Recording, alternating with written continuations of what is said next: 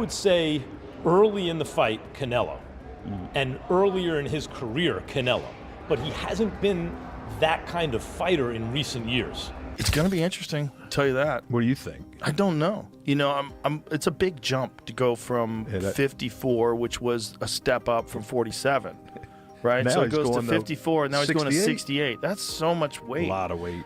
Do you think Terence Crawford can beat Canelo Alvarez? Yeah, I think he can win. Okay. I don't know if he's going to win, but I think he can win. Max Kellerman teamed up with Joe Rogan to share a bold prediction about the mega fight between Canelo Alvarez and Terence Crawford.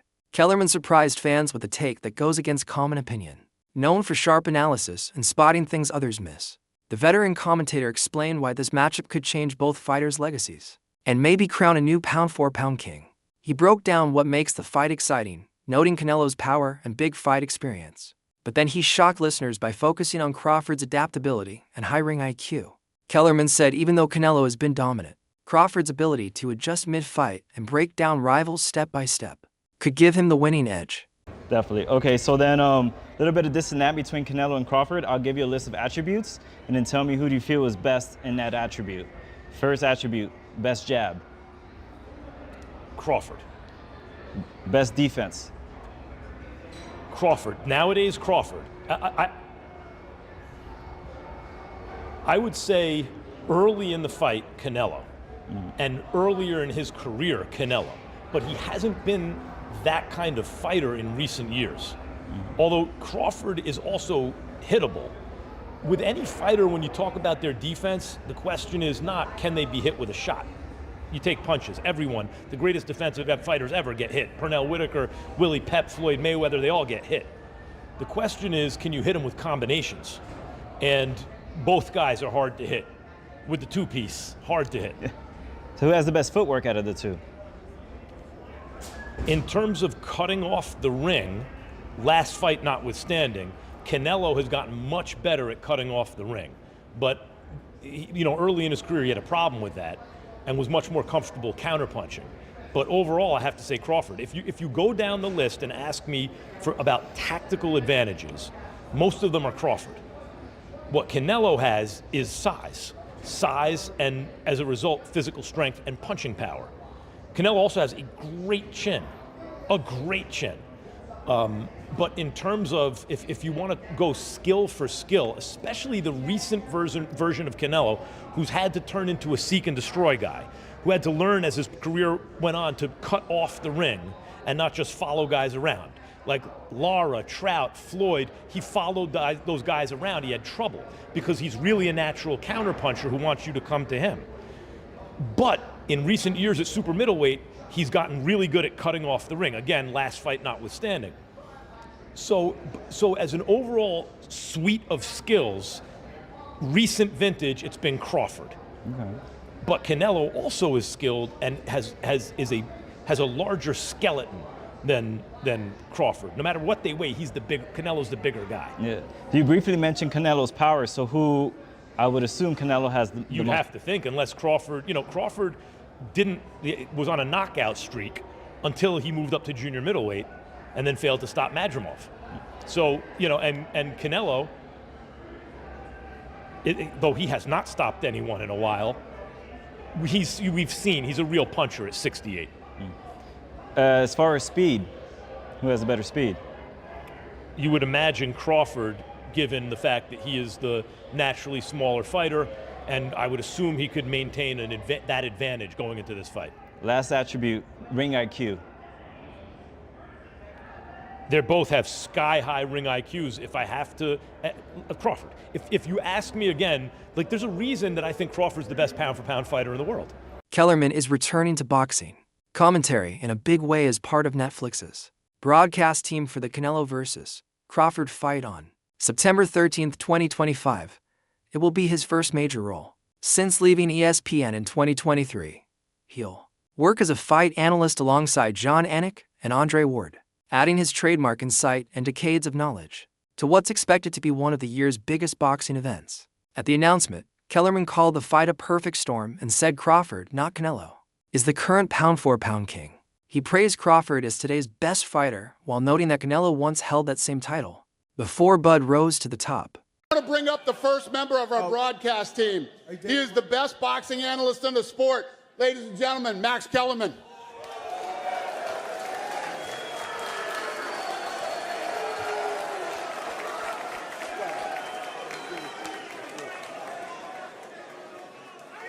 All right, so I know you guys are excited about this fight, but I don't think you understand what a big deal it is. This is a perfect storm, a perfect storm.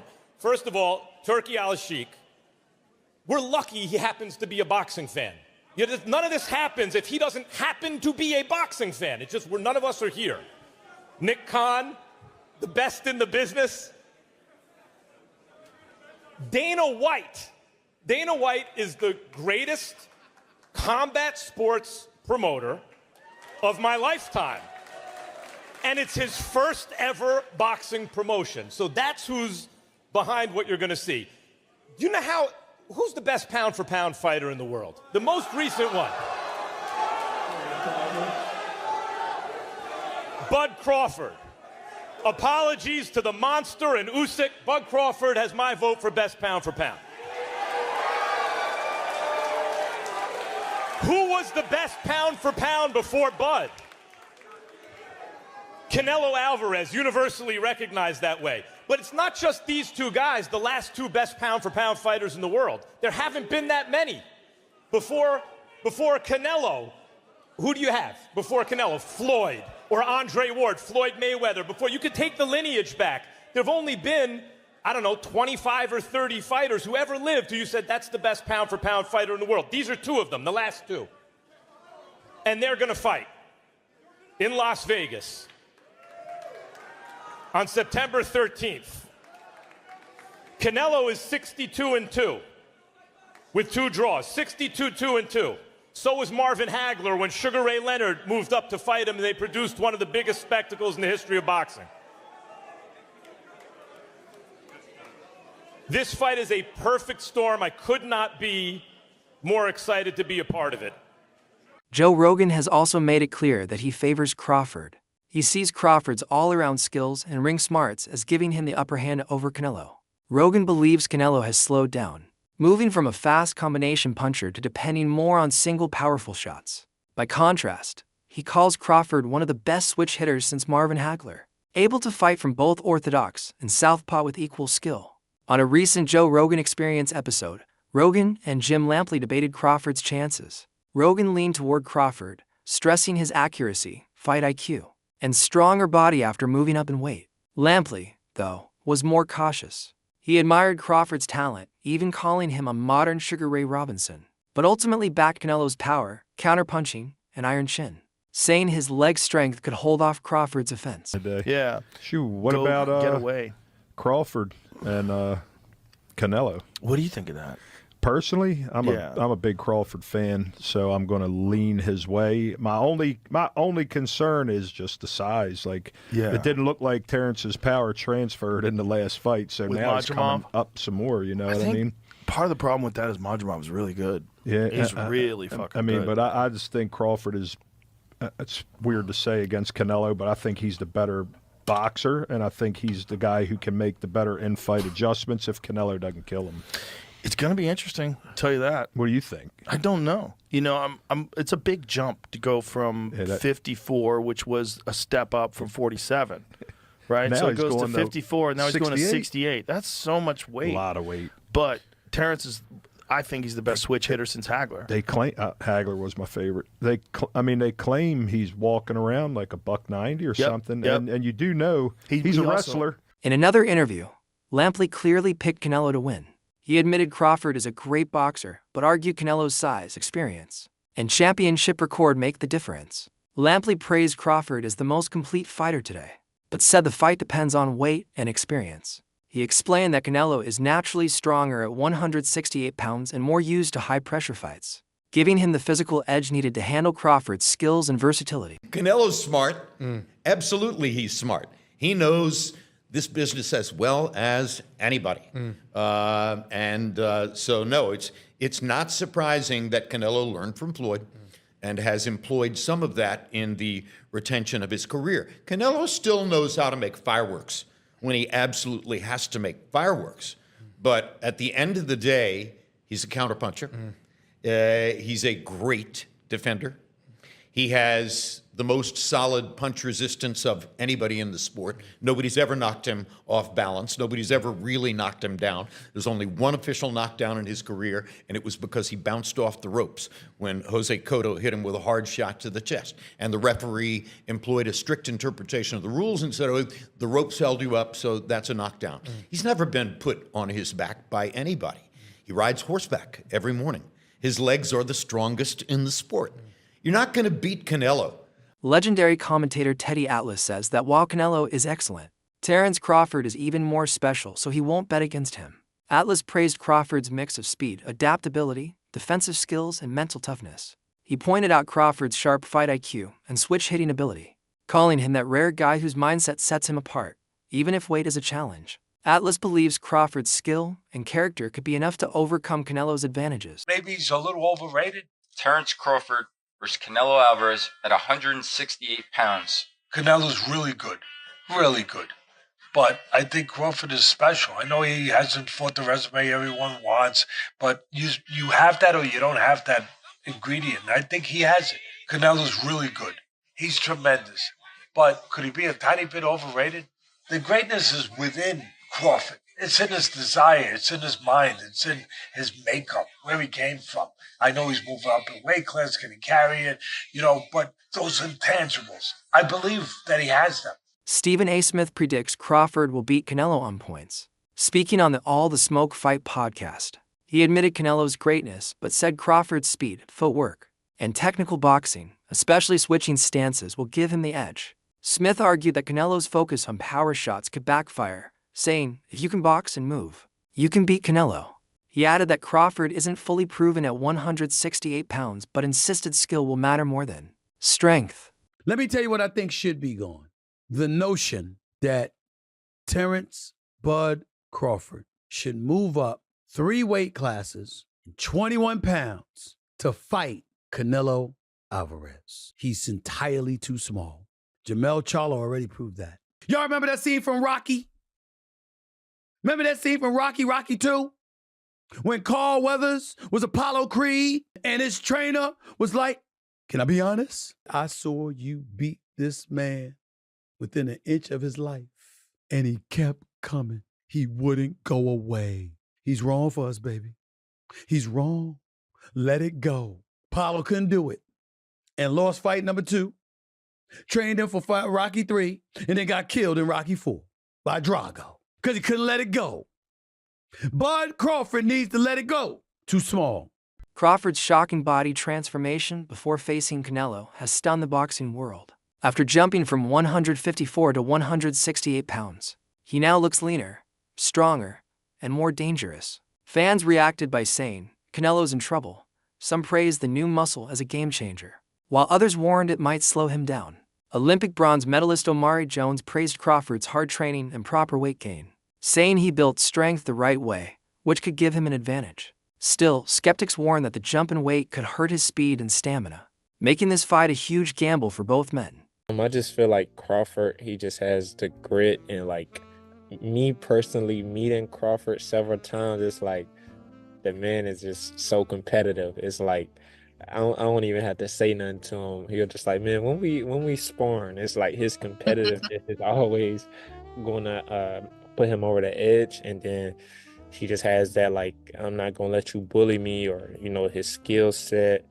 I know they talk about Charlo when Charlo moved up, but I feel like it may be a little bit different for Canelo this time around because Crawford took the moving up in weight classes serious. He did the dieting, he did the training. So I feel like when you put in work like that, it's a win-win. On the Joe Rogan Experience, Crawford explained details of his training camp. He said his preparation includes running, swimming, strength work, and plyometrics, each targeting different needs like stamina, recovery, and joint health. He highlighted swimming as especially important for lung capacity and faster recovery. Crawford also said he keeps weightlifting light, around 20 pounds, focusing on staying quick and mobile rather than just adding. Tuesday, Thursday, and Saturdays. Some of them be hard. You know what I mean? That's just how it is. You can't replace, I would say like tech sparring and like soft sparring from, a comparison to get ready for a fight. Because you fight how you spar how you fight. And if I'm in there just doing this, catch, then when the fight come and everything is full blast, full speed, I'm not gonna be able to keep up because I didn't train that way. Right. I can hit the bag, I can hit the mitts, all that I want, but nothing's coming back. Right. I'm not feeling that presence of a person pushing me, hitting me, holding me, things like that. So sparring is very important. And not saying that you have to, go hard every single time you spar, but there got to be days where, that fighter is trying to put it on you. Veteran boxing analyst Al Bernstein broke down the keys to victory. For Canelo, he said it's about using strength and forcing his pace, especially in the later rounds where pressure could decide the fight. For Crawford, it's about more than agility. He must control range with smart movement and ring generalship. By dictating tempo, he can offset Canelo's power. Rogan admitted this fight excites him so much that he plans to watch it live. In an interview, he said he's eager to see it play out in real time. Still, not everyone is sold on the matchup. Most fans or most people would probably say Crawford, I'm guessing, because that's a big part of how he's won, and everybody feels that and rightfully so, that the way he's figured out, he's constantly changing from lefty to righty. He's a person that alters his attack. Sometimes he's a boxer, sometimes he's walking people down. Canelo's style is more the same in most fights. He is a counterpuncher who's waiting for you to make your move so he can counterpunch you. Then when he has you in trouble, he's willing to move forward. His attack is a pretty straightforward one. On the face of it, you might say Crawford, but I think the thing about Canelo Alvarez is that he has seen every style that you can see. Juan Manuel Marquez strongly dislikes the Canelo versus Crawford fight. He said weight classes exist for a reason, and moving from 154 to 168 pounds doesn't make sense for Crawford. Marquez recalled Crawford's last fight where he seemed slower and weaker, saying more weight will only make him slower without adding punching power. For him, it's not about doubting Crawford's talent, but about respecting boxing's structure and keeping the sport fair. I don't like the fight because Terence Crawford is a good fighter, but in the sport of boxing, it has divisions. You know what I mean? Right, weight classes. Yeah, weight classes. For a reason. Weight classes And Terence Crawford is a good fighter in super lightweight, welterweight, super welterweight, but I think more. I remember when Terence Crawford fought with Madrimov. Yes. He looks slow. He looks with no power, and two more divisions. I think it's a top fight for Terence Crawford. But Terence Crawford is a great fighter. He has a great defense. He has a good combination punches. But I think the weight class is no good for him.